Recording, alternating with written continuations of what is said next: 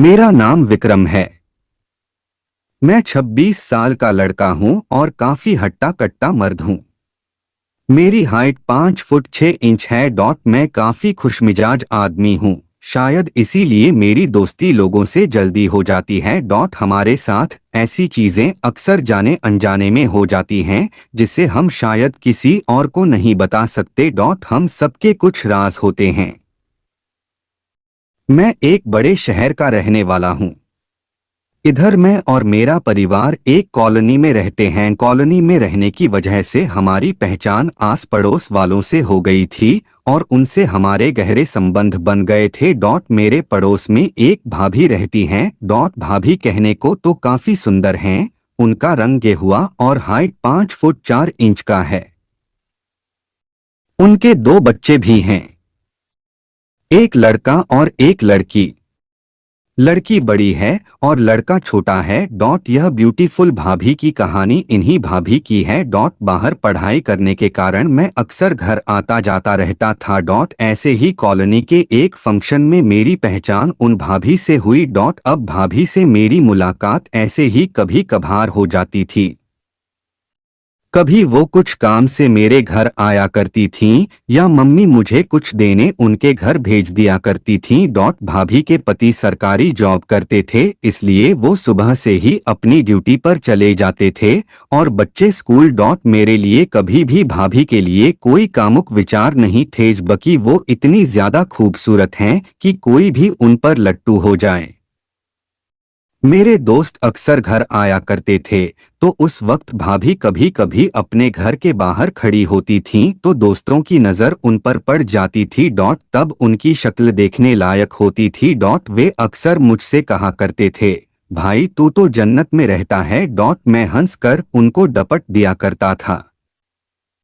अब मेरी पढ़ाई खत्म हो चुकी थी और मैं घर पर ही रहने आ गया था। कोरोना के वजह से ज्यादा काम नहीं ढूंढ पा रहा था। ऐसे ही एक दिन भाभी ने मुझे किसी काम से घर में बुलाया। भैया भी घर पर ही थे। उन्होंने चाय के बहाने अपने बच्चों को ट्यूशन के बारे में मुझसे पूछा। मैंने हाँ कर दी क्योंकि मेरे पास भी कोई ज्यादा कुछ करने को नहीं था।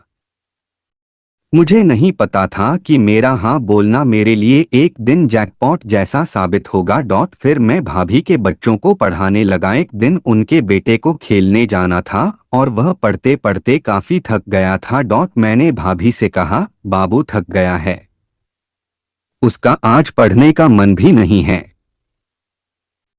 भाभी ने हंसकर कहा, तो आप ही बताइए कि अब क्या करना चाहिए मास्टर जी। मैंने भी कह दिया, आज इन्हें खेलने भेज दो, माइंड फ्रेश हो जाएगा उसका।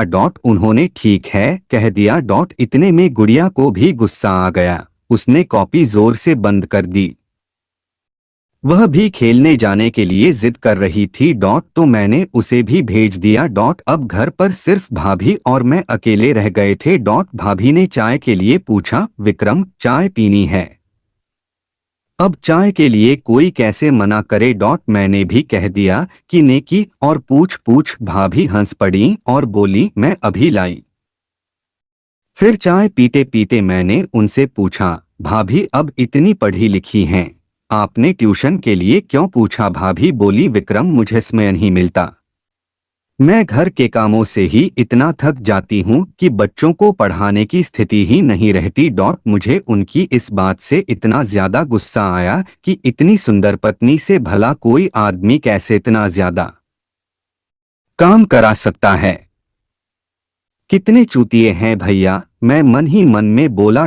भाभी ने भी उसी समय मजाक मजाक में मुझसे पूछ लिया, विक्रम तुम जब कॉलेज में थे तब कोई जीएफ नहीं थी तुम्हारी? मुझे उनकी बात से हंसी आ गई और मुझे चाय पीते पीते एकदम से फंदा सा लग गया। मैं खांसने लगा।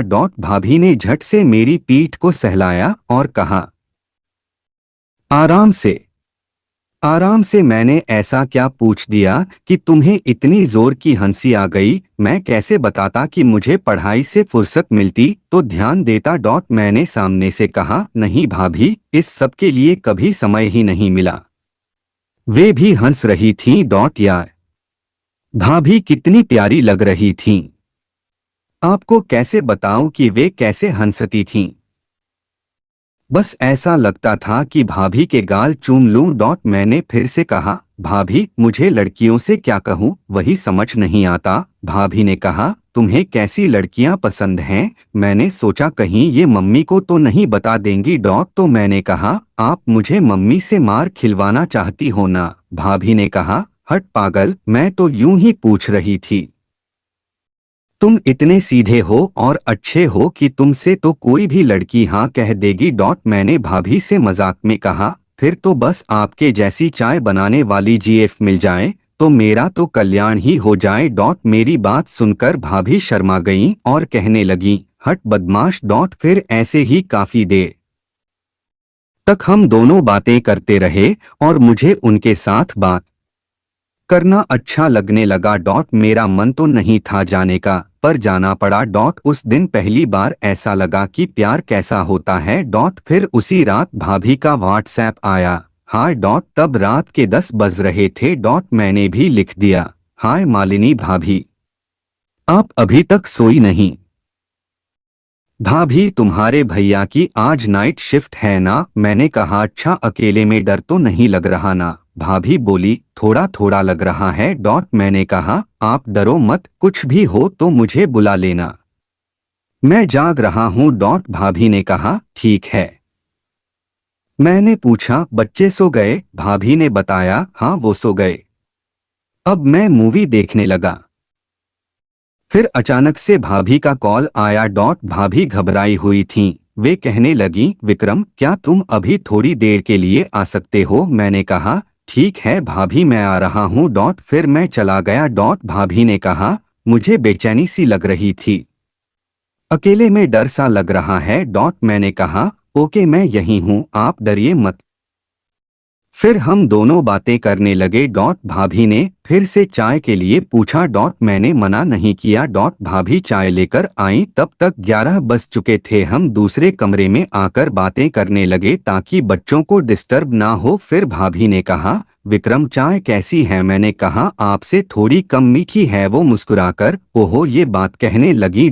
मैंने भी हंसकर दिखा दिया। फिर उन्होंने कहा, तुम जितने सीधे दिखते हो उतने हो नहीं। मैं कुछ नहीं बोला, बस चाय पीता रहा। तभी मुझे फिर से फंदा सा लग गया। वो फिर से मेरी पीठ को थपथपाने लगी। मैंने उस वक्त पहली बात उनकी आंखों में वो देखा जो मुझे इतने दिन से नहीं दिखा था।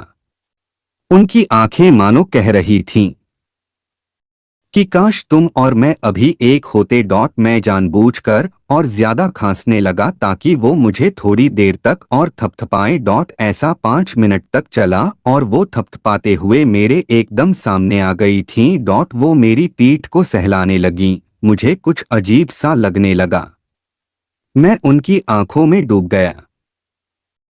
फिर अचानक से पीठ थपथपाते हुए उनका दाहिना हाथ मेरी गर्दन पर चला गया। वे उंगलियों से मेरी गर्दन को सहला रही थीं। एक तरफ डर और दूसरी ओर कामोत्तेजना थी। मैं एक साथ दो से जूझ रहा था। अंतत मैंने काम को चुना। मैं उनको देखते हुए धीरे से खड़ा हुआ और हाथ पकड़कर किचन की ओर ले गया। मैंने किचन का दरवाजा बंद कर दिया और भाभी के होठों को एक बार देखा और चूम लिया। तब अचानक से मुझे लगा कि ये मैंने क्या किया, बस फिर क्या था। ब्यूटीफुल भाभी तैयार दिखी तो मैंने भाभी को गले से लगाया और उनके पूरे बदन को महसूस करने लगा। मुझको ऐसा लग रहा था कि मैं उनमें पूरा समा गया हूँ और जिसका डर था वही हुआ। उसके बाद देखते ही देखते हम दोनों एक दूसरे में समा गए। धन्यवाद।